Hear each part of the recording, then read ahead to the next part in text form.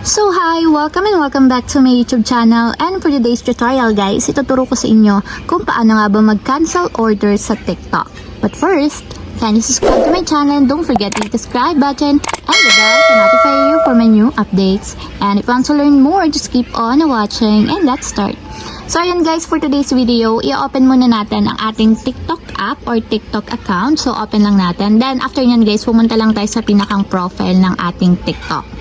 Then, pagka-open ng pinakang profile ng ating TikTok guys, hanapin nyo yung your orders malapit dito sa profile. Then, itap natin yung your orders.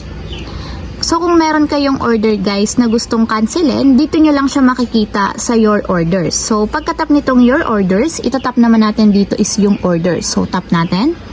Then, after nyan, lalabas na dito guys yung mga check out ninyo, pinlace order ninyo, or yung mga incoming na order. So, hanapin nyo lang dito guys yung item na gusto nyong cancelin.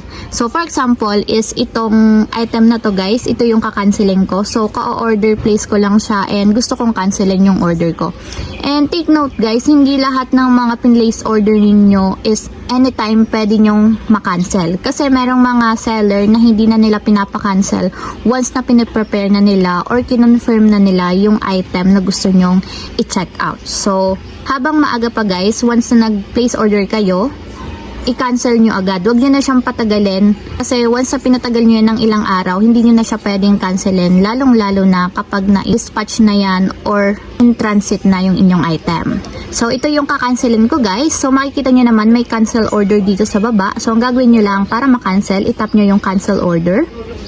Then, after nyan dito, ilalagay nyo lang yung reason kung bakit gusto nyong i-cancel yung inyong order. So, kayo na yung bahala guys. Ang gagawin ko na lang dito is order created by mistake. So, ito na lang. Pumili lang kayo ng isa guys. Then, after nyan, tap natin yung continue.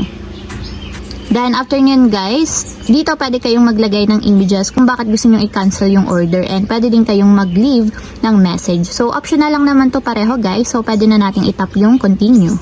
So, since nga guys, cash on delivery yung ginawa ko, wala tayong i-refund or hindi refundable yung order. So, pwede na nating i-submit yung cancel order natin. So, tap natin yung submit. So, ayan guys, kung makikita nyo, order canceled na siya and na-approve na yung aking cancellation ng order. So, ayun lang guys, ganun lang kasimple kung paano nga ba mag-cancel ng order sa TikTok. If you have a question, comment down below and don't forget to hit the subscribe button and the bell to notify you for my new updates. And thank you for watching!